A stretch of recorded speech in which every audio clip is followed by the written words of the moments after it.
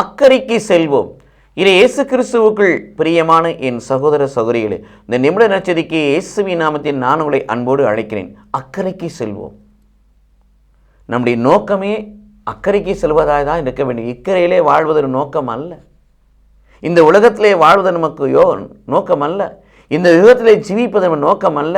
அக்கறைக்கு செல்ல வேண்டும். அதாவது விண்ணக வாழ்வுக்கு செல்ல வேண்டும், பரலோக வாழ்வுக்கு செல்ல வேண்டும், நிலை வாழ்வுக்கு செல்ல வேண்டும், நிறைவாழ்வுக்கு செல்ல வேண்டும். ஆகவே தான் யோவான் 16:13 பரிசுத்த ஆவியானவர் வந்த பிறகு நிறை வாழ்வை நோக்கி, நிறை உண்மையை நோக்கி வழிநடத்துகிறார். பயணிக்கிறோம்.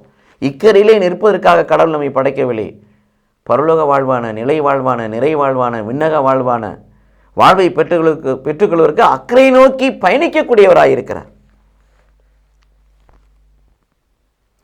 அந்த அக்கறைக்கு செல்லக்கூடியவர்களாய், அக்கறைக்கு செல்வதிலே அக்கறை உள்ளவர்களாய் நாம் இருக்க வேண்டும் என்று சொன்னால், இக்கரைக்கு அடிமை ஆகாத பிள்ளைகளாய் இருக்க வேண்டும் என்று சொன்னால், பிரியமானவர்களே, உலக பற்றற்று நாம் ஆள வேண்டும்.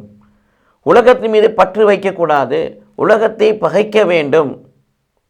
உலகத்தை நேசித்து உலகத்தை ஆதாயப்படுத்தி ஆன்மாவை இழந்துவிடக்கூடாது. லூக்கா 12:15 வாசிப்பது போல எவ்வகை பேராசை இடம் கூடாமல் வாழ வேண்டும்.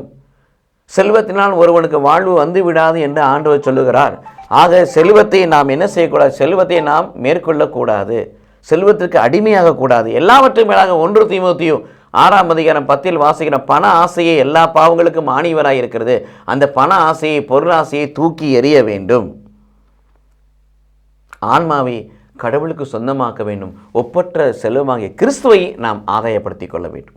இத்தகைய நிலைப்பாடு உங்களுக்குள்ளும் எனக்குள்ளும் இருக்கும் என்று சொன்னால், நாம் இக்கரையில் இருப்பவர்கள், அக்கறையை நோக்கி பயணிப்பவர்கள், அக்கறையை நோக்கி பயணிப்பவர்களாய் மாறுவோம். கடவுள் நம்மை ஆசீர்வதிப்பாராக. ஆமென்.